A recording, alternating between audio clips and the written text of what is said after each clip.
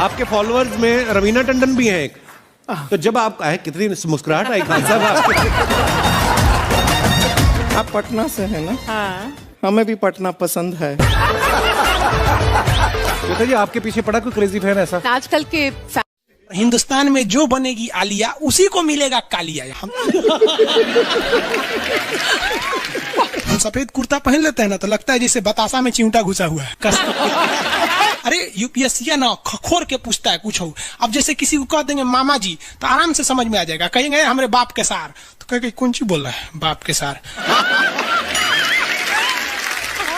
अरे मामा जी को ही बोला जाता है बाप के सार।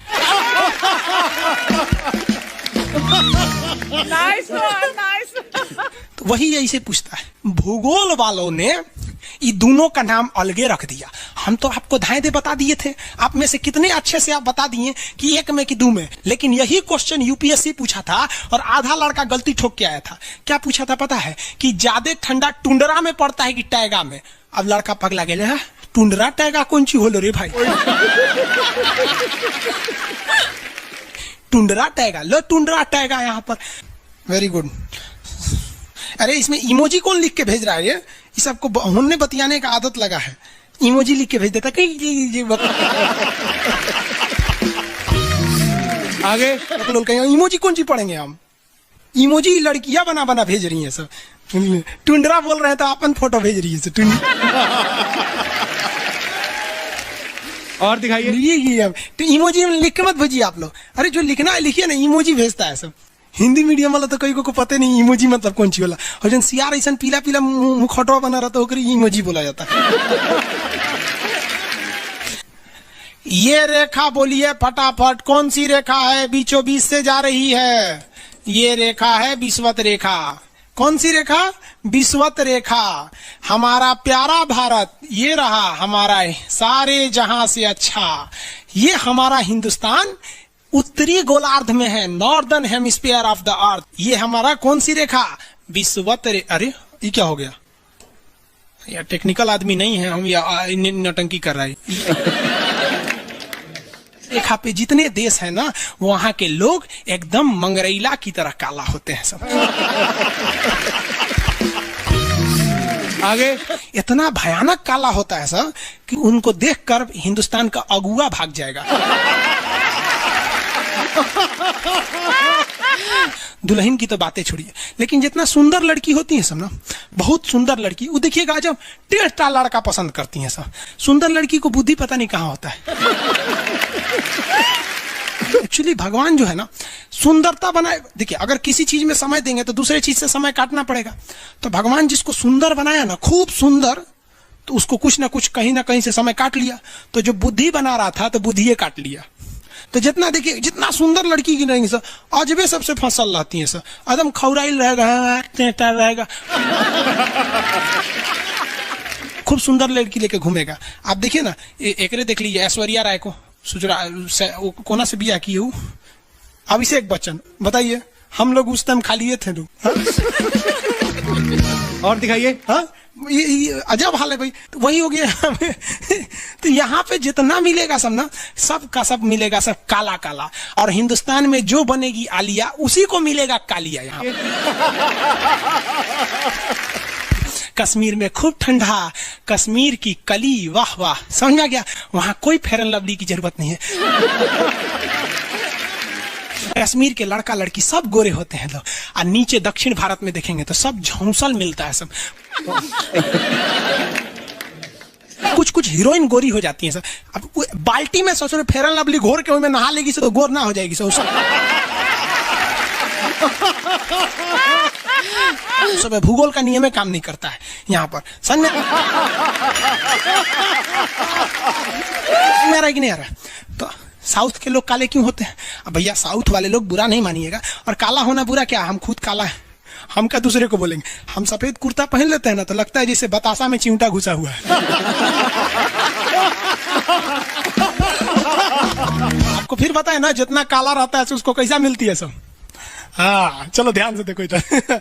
यहाँ समझिए, आप समझ में आया? कश्मीर के लोग गोरे काय होते हैं? अच्छा, कश्मीर से तो ज्यादा गोर चाइना वाला होगा सर, उससे गोर तो रूस वाला होगा सर। ऐसे रूस वाला को देखेंगे ना, व्लादिमीर पुतिन को देखिएगा तो लगेगा जैसे छीलल मुर्गी है। अंग्रेज सबको ऐसे कर देता है सो तो खून दिखने लगता है यहाँ पे लाल लाल। समझा कि नहीं? क्या भूगोल कितना इजी है ना? इजी नहीं है, बकलोल कहेंगे इजी नहीं लग रहा है इसको। सुतल है। आगे बढ़े तो जितने लोग विषुवत रेखा के करीब वाले हैं वो होंगे काले, बीवी में रहेगी गोरी। और जो ये कोई भूगोल का नियम नहीं है रे भाई। और दिखाइए। बस खत्म।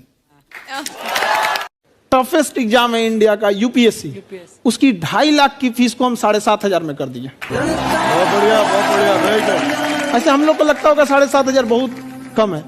एक लड़की ने कहा कि सर शाम वाले बैच को ना मॉर्निंग में कर दीजिए। हम कहे बाबू तो इतना सबके इंडिविजुअल से तो बैच ट्रांसफर नहीं, तो क्या प्रॉब्लम है? उसने कहा ना शाम में हमको दूसरे के यहाँ बर्तन मांजने जाना होता है। एक लड़का बेचारा नदी से बालू निकालता था और वो बालू को भरता था, फिर नाव बालू को किनारे लेके बेचती थी और वो बालू भरता था, उससे मेरी फीस ले आया। हमारा हाथ कांप गया, हम कैसे फीस ले लेंगे यहाँ पर। उसी दिन हमने ये प्रण लिया था कि भारत का कोई भी बच्चा उसके सफलता में पैसा उसकी बाधा नहीं बनेगी, चाहे उसको जितना भी पढ़ना रहे।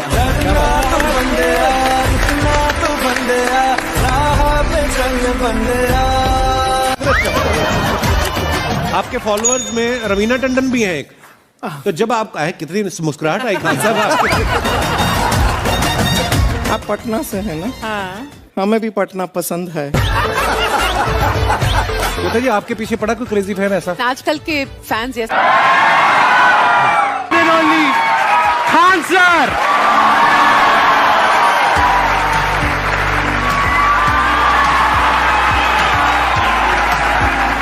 क्या हाल चाल जी, कैसे हैं आप? सीरियल तो और ससुरा चौपट रहता है। देखो सीरियल में समझे में नहीं आता। अच्छा एक चीज कभी गौर कियो, सीरियल में ना हीरोइन जो होती है सब, यानी जो उसमें वो लीडिंग कैरेक्टर में होते हैं सब, आदमी सीरियल में झुंझुन्ना रहता है।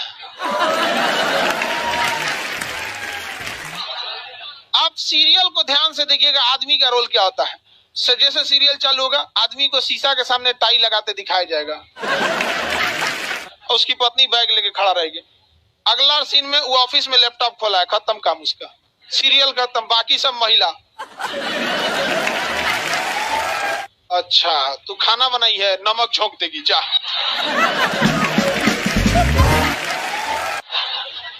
आदमी का काम खत्म, बस लैपटॉप खोलो, टाई लगाओ, खत्म कहानी। बाद में आएगा घरे तो देखेगा वो मम्मी अलगे मुंह फुलाई है, पत्नी अलगे रो रही है, परेशान रहता है। तो सीरियल में तुम तो मेल का कैरेक्टर देखना, बेचारा इसको लिया क्या है, चुपचाप बेचारा एकदम नहीं, जाता के बीच में अनाज पिसा जाता है। समझ में आ गया कि नहीं आ गया? सब बेचारा पिसा जाता है यहाँ से। किसी को दिक्कत? आप लोग भी पिसाइएगा। इसलिए डे 1 से आप लोग हमारी बात को याद रखिएगा। डे 1 से पहले दिन से तुम लोग एकदम समझ में आता है। तुम्हारा उम्र कितना है रे अभी? तो तुम बोल दिया, पूरा क्लास का माहौल खराब करके रख दिया। टैडी दे, टैडी दे, चल पीछे घूम, पीछे पीछे उधर।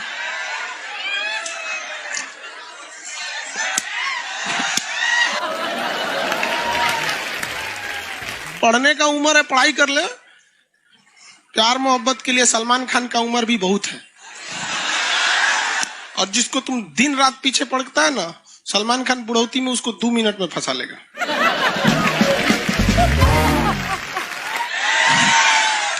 लड़की खूबसूरत हो और लड़का कामयाब हो, प्यार 2 मिनट में हो जाता है।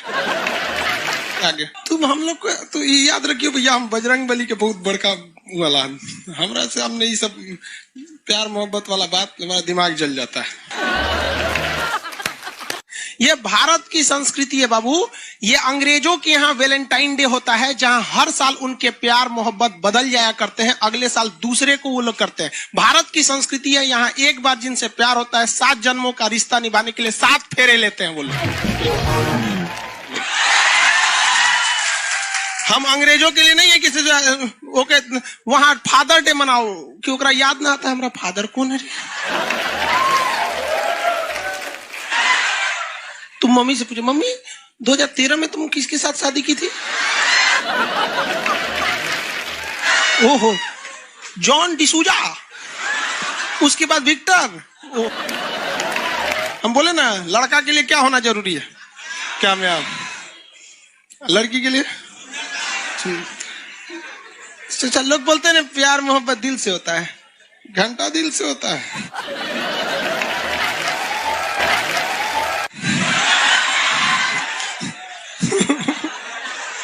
अगर प्यार दिल से होता तो सारा ब्यूटी पार्लर बंद हो चुके रहते।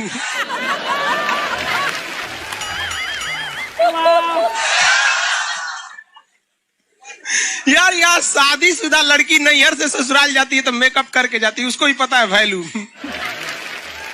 आगे और चारों ओर घूमने की स्वतंत्रता है, तो इसका मतलब थोड़ी ना कि हर जगह चल जाएंगे क्योंकि बेडरूम में घुस जाइए। कहा रे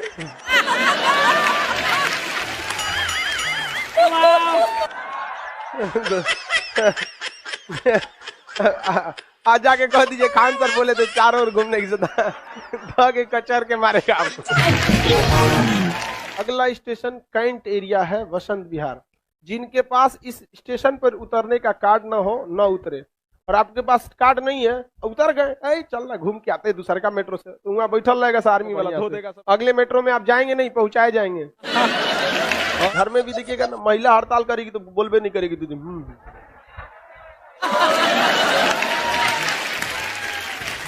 सुपनेखा भी तो महिला थी नहीं थी, और हम लोग से ज्यादा चरित्रवान खुद भगवान लक्ष्मण थे।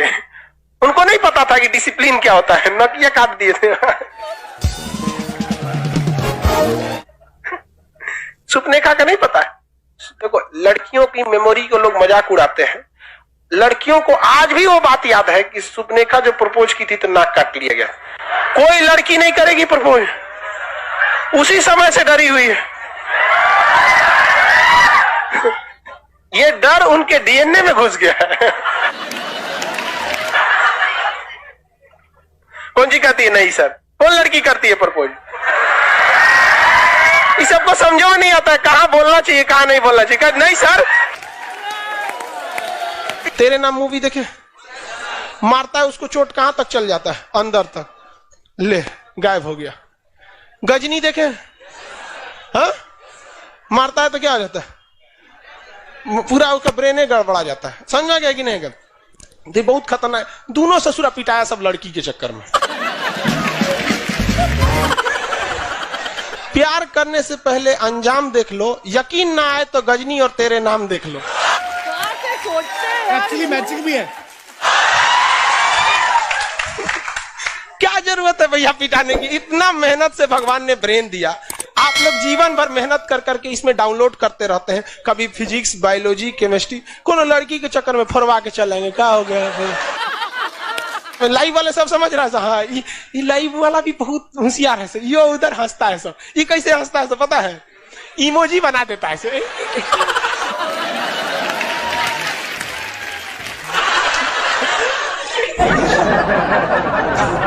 डिजिटल इंडिया में भी हंसी नहीं बर्दाश्त होती, गुस्सियाएगा तो लाल रंग का भौकाल बना दी गई। कब कब बैच लेट हो जाता है ना, गुस्सिया कैसे बोलता है सब। ओए खत्म हो गया। आप में से कितने लोग हैं जो बहुत एक्साइटेड हैं आज के सेशन को लेकर के? तो अब मैं जैसे ही आपको नाम बताऊंगा उनका, जो हमारे आज के गेस्ट हैं, तो आपका जो एक्साइटमेंट लेवल है वो और बढ़ जाएगा।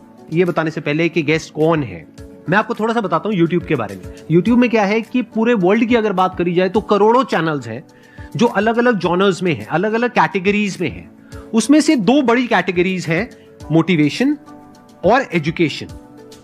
पूरे वर्ल्ड में जो वर्ल्ड का नंबर 1 मोटिवेशन चैनल है वो मेरा है, और जो वर्ल्ड का नंबर 1 एजुकेशन चैनल है किसी इंडिपेंडेंट क्रिएटर का वो उनका है जो कि हमारे गेस्ट हैं। उनके 17 मिलियन से ज्यादा सब्सक्राइबर्स हैं।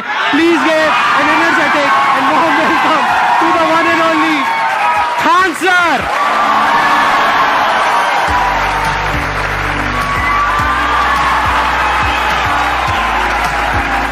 क्या हाल चाल जी, कैसे हैं आप?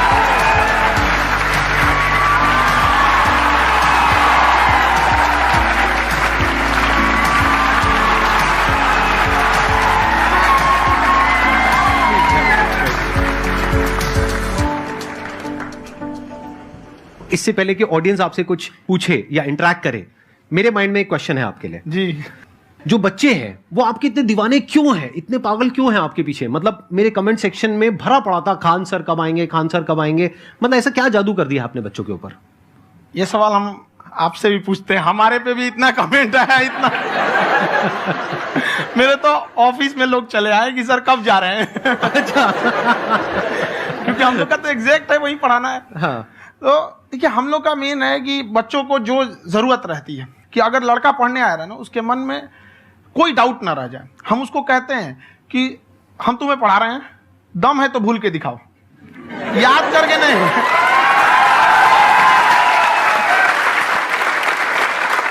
प्लस आप जिस प्राइस पॉइंट पे पढ़ा रहे हैं, आई थिंक वो सबसे कम है, वो बहुत ही कम है। सर ये जो फीस का कल्चर है, ये हमारा इंडियन कल्चर नहीं है।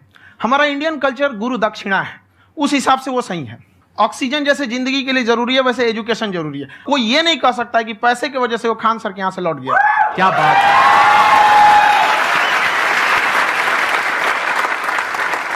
मैंने देखा कि आपका ये जो चैनल है कि ये पिछले 3 साल के अंदर अंदर ही ग्रो किया है। हमको जब चैनल शुरू हुआ तो एक दिन में हम 4-5 वीडियो बनाए। एक हमको कुछ आता, आज भी नहीं आता इतना, तो हम देख के कैमरा उमरा तो हम कंफ्यूज हो गए, बाप रे। तो हम एक ही दिन में वीडियो शूट किया, पढ़ाने वाला टॉपिक था हमको। उसके बाद कभी वीडियो नहीं, 6-7 वीडियो एक ही बार शूट कर लिए। और एक जो थे जिनका कैमरा वगैरह था, मेरे पास कैमरे भी नहीं थे उस टाइम, और कैमरा 35,000 का था, तो 6 महीना इसी में लग गया, जो 35,000 इसी में फंस जाएगा। तो उनके कैमरे से शूट किए, उन्होंने कोई चार्ज लिया, उसके बाद हम छोड़ ही दिए। लॉकडाउन लगा, तब हम कहें आप कैसे पढ़ाएंगे? वो तो 1 दिन 2 दिन करते करते अचानक लंबा हो गया। तब हमको याद आया कि ओहो मेरा एक चैनल भी है वहाँ पे। तो उस समय उस पर लगभग 30,000 सब्सक्राइबर हो चुके थे। तो जैसे लॉकडाउन लगा तो उस पर पढ़ाना चालू किया, और पता नहीं क्या लोगों को पढ़ाई में इतना इंटरेस्ट आ गया कि आपका स्टाइल ऐसा है थोड़ा सा। आप आई थिंक पढ़ाई के साथ साथ में जो बीच बीच में आप थोड़ा बहुत छोड़ते रहते हैं ना, मतलब जो एंटरटेनमेंट चलता रहता है। ये बात हम देखिए, जब हम गुलाम थे ना, तो अंग्रेजों ने एक चाल चला था कि भारत को हम फिजिकली गुलाम रखेंगे 100-200 साल, मेंटली 1000 साल कर देंगे।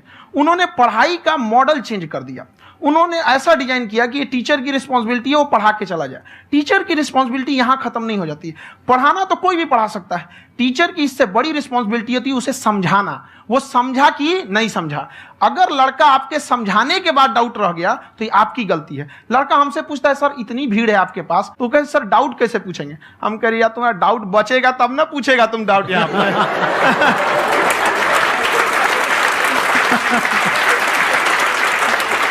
कॉन्फिडेंस नेक्स्ट लेवल है खान सर का, मानना पड़ेगा। और शायद यही वजह है इनकी जो ग्रोथ है उसका।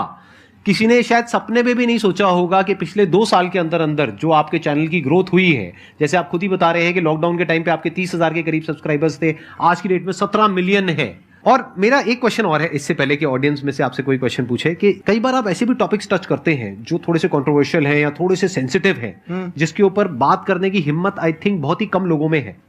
तो आपको कभी ये नहीं लगता है कि कहीं ज्यादा तो नहीं हो रहा है, इसको थोड़ा रोक देते हैं, थोड़ा कम कर देते हैं? क्योंकि कोई लाइन ही नहीं है वैसे तो बोलने को, तो आप कुछ भी बोल दो, कितना भी बोल दो। हुई है कंट्रोवर्सी बहुत बार। एक्चुअली बचपन से हमको फौज में जाना था, और फौज वालों के लिए ये सब मायने नहीं रखता। उसको करना है मतलब करना है, तुम सामने कुछ भी रहो, डजंट मैटर।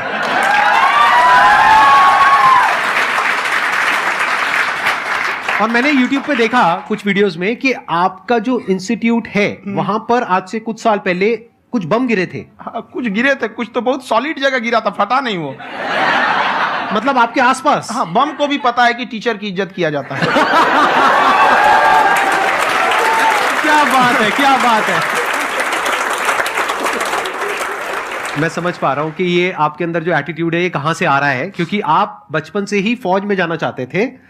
तो आप जंग के मैदान में ही खड़े हैं एक तरीके से, बस फर्क यह है कि आपके हाथ में कलम है, हथियार ना हो करके। हथियार से एक आदमी की जान जा सकती है, हाँ। कलम से बहुत ताकत होता है। शिक्षा एक ऐसा हथियार है ना, हर कुरीतियों से लड़ सकता है, हर तरह की समस्याओं से, और ये एक ऐसा हथियार है, मेटल डिटेक्टर में भी नहीं पकड़ाता है।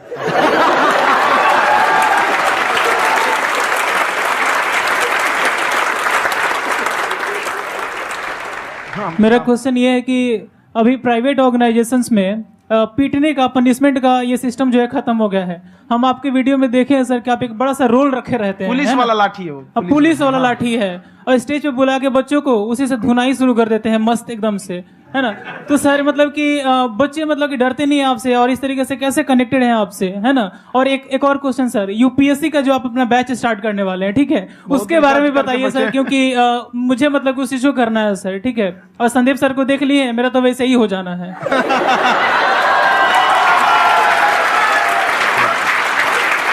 क्या हो जाना है? मेरा पूरा कंप्लीट करो। I'll be an IAS officer next year because I have seen you, sir. My day is like complete, sir. All the best. Thank you so much, sir. Thank you. पूरा बोला करो। Thank you. देखिए, लड़कों को जहां तक पीटने की बात है, जब पढ़ाने की बात आएगी तो उसको हम पूरे बेहतरीन ढंग से पढ़ाएंगे, लेकिन जब सजा देने की बात आएगी ना, तो वो भी बेहतरीन ढंग से होगा। ऐसा थोड़ी होगा कि बस एक ही चीज बेहतरीन ढंग से होगा।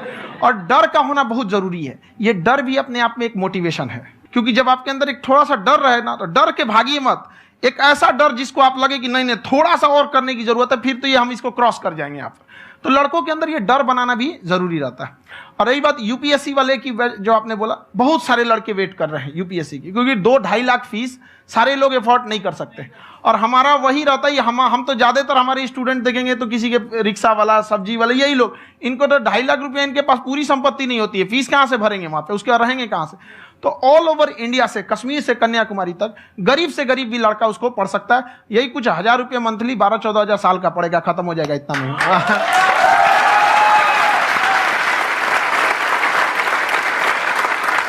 ये जो डंडे वाली बात इन्होंने कही, ये सच है? मतलब आप सच में एक डंडा रखते हो? पुलिस का ही है वो। और मारते हो? हाँ। कि मतलब अगर कोई लड़की छेड़ता है या ऐसा कोई भी उल्टा पुल्टा काम पढ़ाई करता लिखाई है, कुछ भी गलती करेंगे तो पिटाएंगे वो यहाँ पे, कैमरे पे, ऑन कैमरा, जैसा भी रहे, कुछ भी पिटाना तो उनको फिक्स है। एक तो कोई मतलब विधायक जी थे, उनके लड़का को पीट दिए, तो चला दल बल लेके अपना वहां पे। उसने घर पे नहीं बताया था कि सर ने पीटा है, बस बोल दिया कोचिंग में पीटा है। बाद में पता चला हम पीटे हैं, तो उसके पिताजी मेरे सामने और पीटे।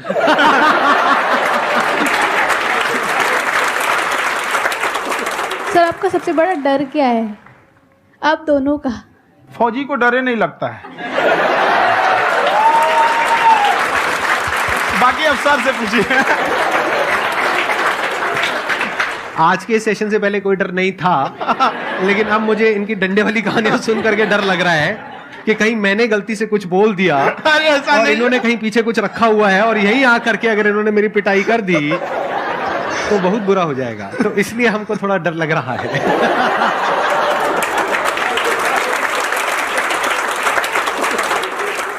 आपकी डेली कितने घंटे क्लासेस होती है? 6-7 घंटे। अभी भी खुद ही करते हो आप? हाँ, हमारे स्टाफ परेशान रहते हैं। हम 1:30-2 बजे सोते हैं, सुबह 6 बजे उठ जाते हैं, परेशान रहते हैं। यार इतना क्यों करते हो, है ना?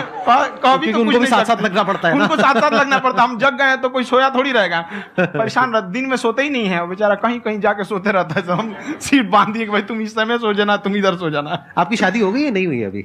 मेरी खुशहाली देख के आप आइडिया लगा सकते हैं।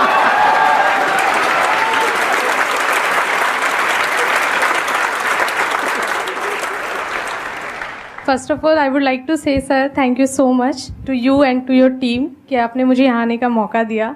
एंड सर अब तक मैंने आपको सिर्फ फ़ोन या लैपटॉप में ही देखा है दोनों को, आज फर्स्ट टाइम लाइव देख रही हूँ तो बहुत अच्छा लग रहा है। तो मेरा क्वेश्चन ये है सर आपसे, जब हम लाइफ में कोई डिसीज़न लेते हैं कि हमें ये पर्टिकुलर चीज़ करनी है, और क्योंकि हम डिसीज़न लेते हैं तो हमारी आदत है कि पहले हम 4 लोगों से पूछते हैं कि तू बता तेरी क्या राय है, तू बता तेरी क्या राय है। तो उनमें से अगर कोई हमें कह देता है कि ये बेकार डिसीजन है मत कर, तो हमारा माइंड कहीं ना कहीं डाइवर्ट होने लगता है और उसकी वजह से हम अपना डिसीजन चेंज कर देते हैं। तो मेरा क्वेश्चन ये है कि कैसे हम अपने डिसीजन पे स्टिक रहे, कैसे हम जो दूसरे के ओपिनियन है उनको अफेक्ट ना होने दें अपने ऊपर। दूसरे से सलाह लेने से पहले एक बार खुद उस पर रिसर्च कर लेना चाहिए, ताकि आप सामने वाला क्या सलाह दे रहा है आपको समझ में आना चाहिए। यहाँ पर ऐसा नहीं है कि कई बार ऐसे होते हैं कि दूसरे वाले को एक्सपीरियंस होता है, तो अगर आपको पहले से आइडिया है, उसके बारे में आप बेहतरीन ढंग से रिसर्च किए हैं कि क्या इसमें प्लस पॉइंट है क्या निगेटिव है, उसके बाद आप किसी से सलाह लेने जाइए। ये नहीं कि मन में आया सीधा बताओ गड़बड़ा जाएगा। तो वहाँ पे पहले आपको R&D करना पड़ता है, समझ में आया कि नहीं। और जिंदगी हो या गाड़ी, जीतेगा वही जो टाइम पे गियर चेंज कर रहा है। तो डिसीजन चेंज करना बहुत ज्यादा गलत नहीं है। इन्होंने बहुत अच्छी बात कही है और मैं इसी बात में थोड़ा सा और ऐड ऑन करूंगा कि ये जो आपने कहा ना कि अपने डिसीजन पे स्टिक कैसे रहें, ये कोई अच्छी क्वालिटी नहीं है, क्योंकि टाइम टू टाइम आपको अपने डिसीजंस को चेंज करना होता है। जैसे आपने 4 लोगों से डिस्कस किया, कोई इंसान कुछ पॉजिटिव बोल रहा है, कोई नेगेटिव बोल रहा है, उससे फर्क नहीं पड़ना चाहिए। डिपेंड ये करता है कि वो जो बोल रहा है उसका बेसिस क्या है।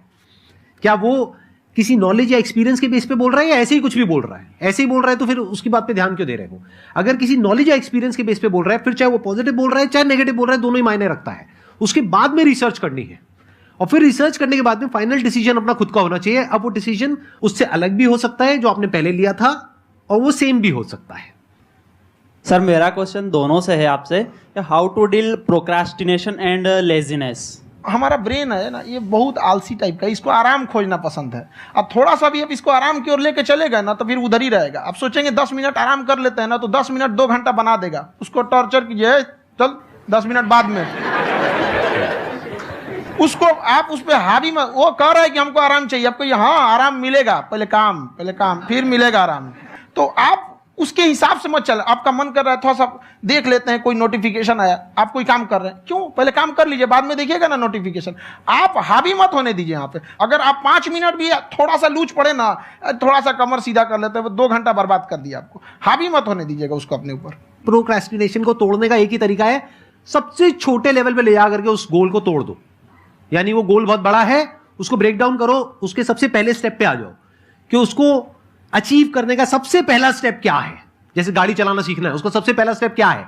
अगर घर में कोई नहीं है सिखाने वाला या सिखाने वाली, तो बाहर जा करके जो गाड़ी का ड्राइविंग स्कूल है उधर जा करके पैसे दे दो। अब फंस गए ना तो फंसा दो अपने आप को। दिमाग ये लगाओ कि अपने आप को कैसे फंसाया जाए। जब हम फंस जाते हैं ना तो फिर हमको वो काम करना ही पड़ता है। Then there is no looking back. जब तक आप सोच रहे हो तब तक सोच रहे हो, उसको बोलते हैं पैरालिसिस ऑफ एनालिसिस, कि आप सोचते चले जा रहे हो अपने माइंड में, मैं ये करूंगा वो करूंगा वो करूंगा वो करूंगा, और प्रोक्रेस्टिनेट हो रहा है, वो चीज टलती चली जा रही है। तो उसको छोटे से छोटे लेवल पे ब्रेक डाउन करके उसको कर दो, दैट इज नंबर 1। और जैसे ही करना शुरू करते हो, कोशिश करो कि उसको जब तक कि आप सही से नहीं कर लेते हो उसको छोड़ना नहीं है, तो आपकी लेजीनेस भी खत्म हो जाएगी। कई लोगों को तो हमने देखा जो सप्ताह में कुछ भी नहीं करता, वो भी संडे को आराम कर रहा है।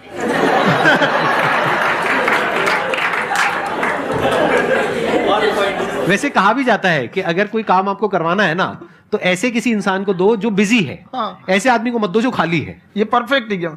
किसी को भी आप देखिएगा जिसको आप कहते हैं कि मतलब थोड़ा ठीक ठाक आप समझते हैं कि नहीं ये बहुत आगे निकल, वो एक काम को खत्म करने के बाद कभी आराम नहीं करेगा। एक काम खत्म हुआ उसको लगेगा हाँ एक खत्म हो गया, अब दूसरा करना चाहिए। और वही जिसको देखिएगा एक खत्म हो गया और आराम करना चाहिए, कभी नहीं, लाइफ में आखिरी सांस तक।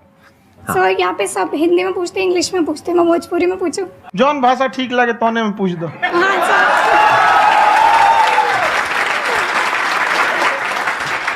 सर ये पूछे के चाहते नहीं कि जैसे हमने के पढ़ाई करे निशान, तो कभी कभी डेली टारगेट्स जो होला वो कंप्लीट ना होला। अगर टारगेट्स कंप्लीट भी होला तो फिर ऐसा इरिटेशन या फिर वो एंजाइटी या फिर कि और करना है या फिर अभी नहीं हुआ, वो चीज हमेशा रहेला। तो वो कम कैसे करल जाए? देखिए टारगेट्स को ना हम लोग को एक अपने हिसाब से पहले फिट करना चाहिए। ऐसा नहीं कि दूसरे किसी इंसान को देख के हम टारगेट फिट कर ले। कोई लड़का 8 घंटा पढ़ रहा है, कोई पहली बार अभी पढ़ना ही चालू किया, उसको देख के 8 घंटा पढ़ेगा तो पढ़ाई छोड़ देगा। तो आप अपनी क्षमता के हिसाब से देखिए कि आप कितना पढ़ सकते हैं। अगर आपने एक घंटे को बना लिया कि हम 1 घंटा पढ़ सकते हैं, अगले 1 हफ्ते तक उसको सस्टेन रखिए। जिम में कैसे करते हैं लोग, पहले दिन उठा लीजिएगा 1 क्विंटल तो हार्ट अटैक हो जाएगा। तो वो धीरे धीरे टारगेट सेट कीजिए और अपनी क्षमता को भी देखिए। हर इंसान की क्षमता अलग है। कंगारू को देख के हाथी छलांग मारेगा, पैर तोड़ के बैठ जाएगा।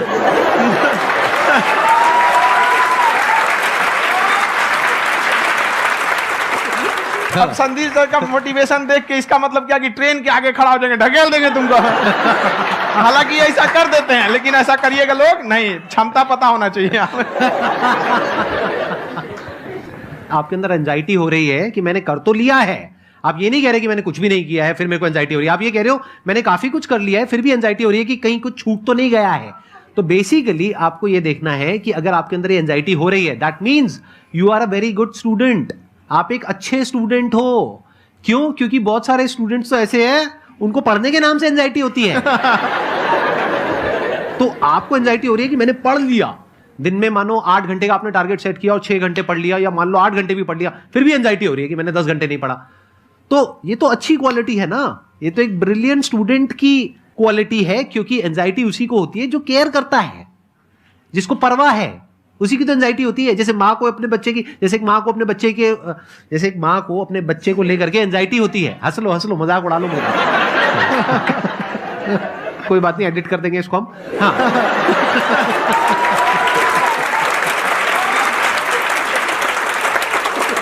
जैसे एक माँ है, उसको अपने बच्चे को लेकर के एंजाइटी होती है, थोड़ी सी भी तबीयत खराब हो जाए उसको एंजाइटी होती है, चाहे बच्चा ठीक भी है, डॉक्टर को नहीं होती है। क्यों? क्योंकि माँ को उस बच्चे से प्यार है। तो दैट मीन्स कि आप अपनी पढ़ाई को लेकर के सीरियस हो, इस वजह से आपके अंदर एंजाइटी हो रही है, विच इज नॉर्मल। जहां पर प्यार मोहब्बत होती है वहां पर थोड़ी बहुत एंजाइटी तो होती ही है ना। समझ रहे हो ना मैं क्या कहना चाह रहा हूं? आप लोग समझ रहे हो ना मैं कहां जा रहा हूं?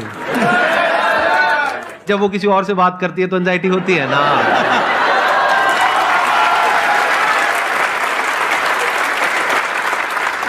सर, आपकी स्टोरी हमने सुनी थी, तो एक टाइम आया था जब आप गंगा किनारे जाके बैठ गए थे, उस समय आपको कुछ समझ नहीं आ रहा था। तो उस समय मतलब आपने ये डिसीजन कैसे लिया कि अब आगे नहीं, यहाँ से वापस जाना है? रास्ता ही नहीं था। घर जाने के लिए एटलीस्ट 90 रुपए चाहिए थे, जेब में 40 रुपए थे, कैसे घर जाते हैं? और हम गंगा के किनारे चुपचाप बैठे बैठे हम कहें कि अब बहुत टेंशन हो गया, अब घर जाना चाहिए। रूम पे तो किराए के रूम पे ही आदमी सारे लोग रहते, गए वहाँ पे तो रूम लॉक हो गया था। तुम खटखटाए तो ऊपर से गुस्सा से बोले जो ऑनर थे, क्या टाइम हो गया है? तुम कहे 9-10 बज रहा होगा। घड़ी देखिए तो 2 बज रहा था, रात का 2-2:30 बज गया था वहाँ। टेंशन में आप तो होता है, कई बार ऐसा समय आएगा कि लगेगा जैसे अब कुछ नहीं हो सकता है। तो इससे घबराना नहीं है, कभी कभी गुच्छे की आखिरी चाबी भी ताला खोल देती है। जो बातें आपने बताई कि घर में प्रॉब्लम्स ये वो, ये तो बहुत लोगों ने फेस करी वहां पर, आप अकेले नहीं है, बहुत लोगों ने ये प्रॉब्लम्स फेस करी, बहुत तरह की प्रॉब्लम्स देखी, बहुत तरह की स्ट्रगल्स देखी, लेकिन वो सब इतने कामयाब नहीं हो पाए जितने कि आप हुए। तो आपके अंदर ऐसा कुछ ना कुछ है जो औरों के अंदर नहीं है। तो वो मैं जानना चाह रहा हूं कि वो ऐसा क्या था जहां से कि आपका दिमाग यहां तक सोच पा रहा है कि मैं पूरे इंडिया में इतने बड़े लेवल का चेंज लेकर के आ सकता हूं, एजुकेशन फील्ड में रेवोल्यूशन लेकर के आ सकता हूं। ये सोचना ही बहुत लोगों के बस का नहीं है। मेरी एक खुद की थिंकिंग, अगर हमको कोई 100 रुपए किसी काम के लिए दिया, हम सबसे यही कहते हैं, तो हम कोशिश करते हैं उसे 200 का रिटर्न दे। अगर कोई हमसे 200 रुपया फीस दे रहा है, 250 दे रहा है, तो हम उसको ये कोशिश करते हैं कि तुम्हें ऐसा लगे कि नहीं भैया हमने 10-20 हजार का पढ़ लिया यहाँ पर। वो ईमानदारी से कभी कमी नहीं। और हमेशा अगर हम प्रॉमिस X का करते हैं तो डिलीवर 4X करना चाहते हैं। ध्यान से सुनना और ध्यान से समझना इस फर्क को, अगर आप समझ पाए तो बहुत आगे जाओगे लाइफ में। एक वो होते हैं जो ये सोचते हैं कि हमें सब कुछ मिल जाए, हमें कुछ भी करना ना पड़े। दूसरी कैटेगरी होती है लोगों की जिनको जितना मिलता है उसमें भी चोरी चकारी करते हैं या कोशिश करते हैं कि उससे कम दे सामने वाले को जितना कि हमें मिल रहा है। तीसरी कैटेगरी होती है लोगों की, जो इनके जैसे लोग होते हैं, वो क्या करते हैं, वो ये सोचते हैं कि अगर मैंने किसी से 1 रुपए भी लिया, देखा जाए तो 200-250 रुपए कुछ भी नहीं होता है, 200-250 रुपए अगर मैंने लिया तो कैसे उसको 400 रुपए की वैल्यू दूं। ये जो थिंकिंग है ना, यही एक फर्क होता है एक ऐसे इंसान में जो बहुत आगे निकल जाता है और उस इंसान में जो मीडियोकर रह जाता है। आप अपने आप को अपने आप के ऊपर समय दीजिए, उसको डेवलप कीजिए। जब आप अपने आप के ऊपर खर्च करते हैं तो आने वाले समय में लोग गूगल पे आपको सर्च करते हैं। क्या बात है सर, ये आपने अभी बनाया है या ये कोई पुराना आपका वो है? बनते रहता है, इसे फ्लो में बन जाता है।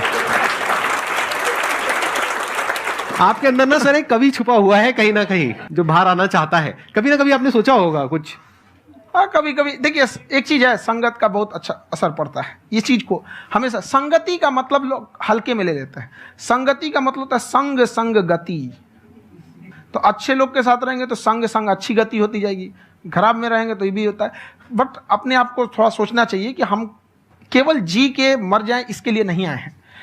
लोग कहते हैं कि सर नाम क्यों नहीं बताते अपना। हमारी एक ही सोच है कि जाने के बाद इस दुनिया से हमको मतलब एक चीज देना चाहते हैं स्टूडेंट्स को कि वो याद करें कि इस पैसे की भाग दौड़ की दुनिया में हर कोई दोनों हाथ से लूटने में लगा है, खाली हाथ जाने के लिए, ये सबको लगा है। तो हर कोई को ये सोचना चाहिए कि था कोई इंसान जो इतने कम फीस में इतनी शिक्षा जो महंगी थी, जो कमाने का रास्ता था, उसको भी एकदम कंपटीशन इतना कर दिया कि अब लोगों को अपनी फीस बढ़ाने में डर लगता है कि अरे यार, लड़का कमेंट करता है कि खान सर इतना ले रहे हैं, आप बहुत बड़ा टीचर हो गए।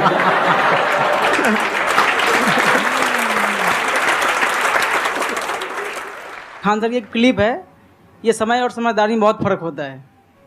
अगर समय रहते समझदारी आ गई तो इंसान कामयाब हो गया, लेकिन अगर समय चला गया फिर समझदारी आई फिर तो बेकार है। तो सर मतलब कुछ आपको ऐसी चीज़ लाना चाहिए जो मतलब बच्चों जो तैयार हो रहे हैं उनको ये चीज़ें मतलब एंड टाइम पर दिखे। समझ रहे आप मेरी बात? नहीं समझ?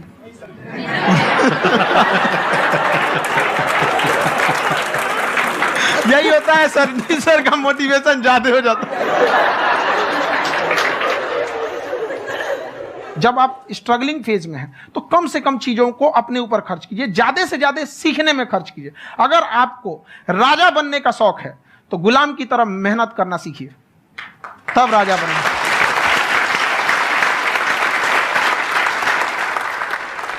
ये दुख, ये दर्द, ये सब तेरे अंदर है। तू अपने बनाए इस पिंजड़े से बाहर निकल के देख, तू अपने आप में एक सिकंदर है।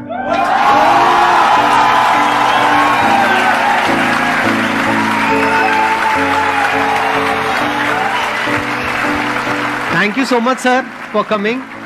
बहुत मजा आया मेरे को आपके साथ में इंटरेक्ट करके। आई एम श्योर आप लोगों को भी बहुत मजा आया होगा।